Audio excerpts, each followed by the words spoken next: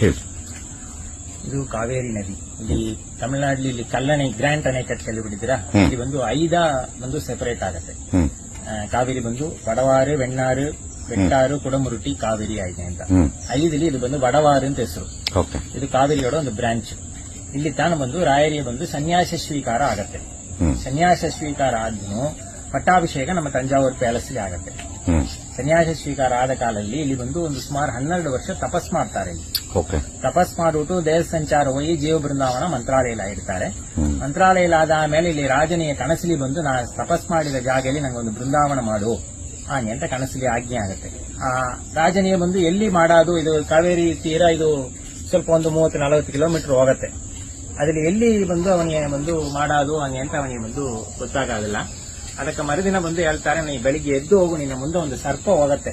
ಆ ಸರ್ಪ ಹೋಗಿ ಎಲ್ಲಿ ನಿಲ್ಲತ್ತೆಯೋ ಆ ಸ್ಥಳದಲ್ಲೇ ಬಂದು ನಾವು ತಪಸ್ ಮಾಡಿದ ಜಾಗ, ಅಲ್ಲಿ ನಂಗೆ ಬೃಂದಾವನ ಮಾಡು ಅಂತ. ಆ ಸರ್ಪ ಬಂದು ಈ ಬೃಂದಾವನ ಇರೋ ಸ್ಥಳದಲ್ಲಿ ಬಂದು ಇದಾಗತ್ತೆ. ಅಲ್ಲಿ ಬಂದು ರಾಜ ಬಂದು ಬೃಂದಾವನ ಪ್ರದರ್ಶನ ಮಾಡ್ತಾನ. ಇದು ಬಂದು ಇದಕ್ಕೂ ಇಲ್ಲಿ ಬಂದು ರಾಯರು ತಪಸ್ ಮಾಡ್ತಾ ಇದ್ದಾರೆ. ಬೃಂದಾವನ ಮೇಲ್ಕಡೆ ಬಂದು ಓಪನ್ ಇದೆ, ಮಳೆ ಗಾಳಿ ಚಳಿ ಎಲ್ಲ ಅದರಲ್ಲಿ ತಪಸ್ ಮಾಡ್ತಾ ಇದ್ದಾರೆ. Thank you sir. ಕರ್ನಾಟಕದಲ್ಲಿ ಎಷ್ಟೋ ಜನಕ್ಕೆ ರಾಯರು